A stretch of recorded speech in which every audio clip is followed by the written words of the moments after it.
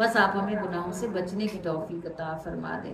اللہ پروردگار ارحم الراحمین ہمیں گناہوں سے بچنے کی توفیق عطا فرمائیں۔ اے ہمارے رب العالمین آپ ہمیں گناہوں سے بچنے کی توفیق عطا فرما دیں۔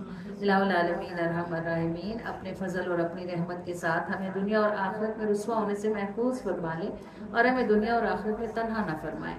اللہ پاک جس کے ساتھ آپ ہوتے ہیں وہ زمینوں اور آسمانوں میں مضبوط ہوتا ہے، اور اللہ جس کا ساتھ آپ چھوڑ دیں وہ سارے جہانوں کے ساتھ ہونے کے باوجود بھی تنہا، کمزور اور اکیلا ہے، اس لیے کہ قوت تو بس آپ ہی کی قوت ہے۔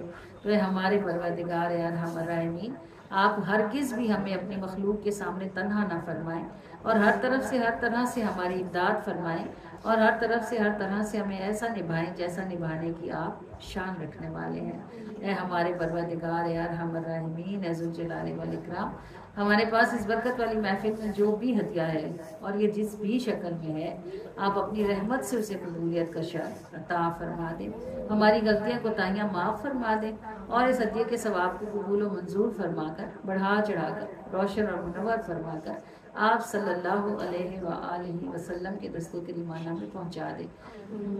آپ صلی اللہ علیہ وآلہ وسلم کے مبارک ہاتھوں سے یہ ثواب نبی پاک صلی اللہ علیہ وآلہ وسلم کی ساری امت کو تقسیم فرما دیں، امت محمدی کے اچھوں کو عطا فرمائیں اور اچھوں کے صدقے سے بروں کو عطا فرما دیں، کسی کو بھی آپ صلی اللہ علیہ وآلہ وسلم کی رحمت سے محروم نہ فرمائیں۔ اے اللہ رب العالمین ارحم الراحمین نبی پاک صلی اللہ علیہ وآلہ وسلم کے مبارک ہاتھوں سے یہ ثواب ہم سب کے خاندانوں میں موجود فوت شدگان کو پہنچا دے، جو بخشے ہوئے ہیں ان کے درجوں کو بلندیاں عطا فرما دے، اور جو پھنسے ہوئے ہیں ان کو اپنی رحمت سے نجات عطا فرما دے۔ اللہ کریم و مہربان اور رحمان اپنے محبوب کے ذکر پاک کی برکت سے ہمارے گھروں اور ہمارے دلوں سے تنگیاں اور پریشانیاں دور فرما دے، اور اپنے محبوب نبینا علیہ الصلوۃ والسلام کے ذکر پاک کی برکت سے ہمارے گھروں اور ہمارے دلوں کو فراخیاں عطا فرما دے۔ اللہ پروردگار ہمارے لیے رزق حلال میں برکت ڈال دیں اور ہمیں لقمہ حرام سے بچنے کی توفیق عطا فرما دے۔ اللہ پاک ہماری بیٹیوں کے اور ہمارے بیٹوں کے بہت اچھے نصیب فرما دیں، ان کے لیے غیب سے اسباب اور وسائل پیدا فرما دیں اور انہیں اپنے گھروں کا سکھ عطا فرما دیں۔ اللہ کریم جو ہمارے گھروں سے جائیں وہ اگلے گھروں میں جا کر راحت کا سبب بنے، اور اے اللہ جو ہمارے گھروں میں آئے وہ ہمارے گھروں میں آ کر سکون اور راحت کا سبب بنے۔ اے اللہ پاک پروردگار ارحم الراحمین جو اولاد والے ہیں ان کی اولادوں کو ان کے لیے ٹھنڈک ہونے کی توفیق عطا فرما دیں، اور اللہ پاک جو اولاد کی نعمت سے محروم ہیں آپ اپنی جناب سے ان کو صالح اولاد، تندرستی والی اور لمبی زندگی والی عطا فرما دیں۔ الہ العالمین ارحم الراحمین جو بیمار ہیں ان کو شفاء کاملہ و عاجلہ کے اسباب اور وسائل عطا فرما دیں۔ الہ العالمین ارحم الراحمین جو صحت مند ہیں انہیں اس وقت کی قدر کرنے کی توفیق عطا فرما دیں۔ اے اللہ ہمارے رب العالمین ارحم الراحمین یہاں تک بھی ہر سانس ہر قدم ہم آپ کی رحمت کے محتاج ہیں، اللہ پاک اس سے آگے بھی ہر سانس ہر قدم ہم آپ کی رحمت کے محتاج ہیں۔ ہمیں ایمان والا جینا آسانی پر عطا فرمائے اور ایمان والا مرنا آسانی پر عطا فرما دے۔ اللہ پاک کلمے والی، کفن والی، قبر والی، جنازے والی موت نصیب فرمائے۔ اے اللہ پروردگار ارحم الراحمین نبی پاک صلی اللہ علیہ وآلہ وسلم فرماتے کہ قبر آخرت کی منزلوں میں سے پہلی منزل ہے، یہ جس پر آسان ہے اس پر آگے سب آسانی ہے، اور جس کو یہاں کوئی مشکل ہے اس کے لیے آگے بڑی مشکلیں ہیں۔ تو ہمارے رب العالمین ہمیں پہلی ہی منزل عافیتوں اور آسانیوں کے ساتھ عطا فرما دے۔ اے اللہ ہمارے پاک پروردگار ارحم الراحمین ذو الجلال والاکرام ہمارے پاس آپ کے بہت سارے بندوں اور بندیوں کی دعائیں امانت ہیں باری تعالیٰ، سب کہنے والوں کی ساری امانتوں کو ہم سے قبولیت کا شکر عطا فرما دے اور اپنے فضل و کرم اور لطف و عطا کے ساتھ ہم سے راضی ہو جائیں۔ اللہ تعالیٰ آپ ہمارے دلوں کو نرم فرما دیں، اللہ تعالیٰ آپ ہمارے دلوں کو صاف فرما دیں۔ اللہ پروردگار الہ العالمین ارحم الراحمین اپنی رحمتوں کے ساتھ ہم سے راضی ہو جائیں، اور اس طرح راضی ہو جائیں کہ اس کے بعد پھر کبھی بھی آپ ہم سے ناراض نہ ہوں۔ جو ہم نے مانگ لیا ہے ہمیں وہ بھی عطا کر دیں، اور جو ہم سے رہ گیا ہے ہمارے رب آپ ہمیں وہ بھی نصیب فرما دیں۔ اللہ تعالیٰ اپنی رحمت کے ساتھ ہم سے راضی ہو جائیں بار الہ، اور اس طرح راضی ہو جائیں کہ اس کے بعد پھر کبھی بھی آپ ہم سے ناراض نہ ہوں۔ آمین یا رب العالمین یا ارحم الراحمین یا ارحم الراحمین یا ارحم الراحمین یا ربنا یا ربنا یا ربنا یا ربنا یا ربنا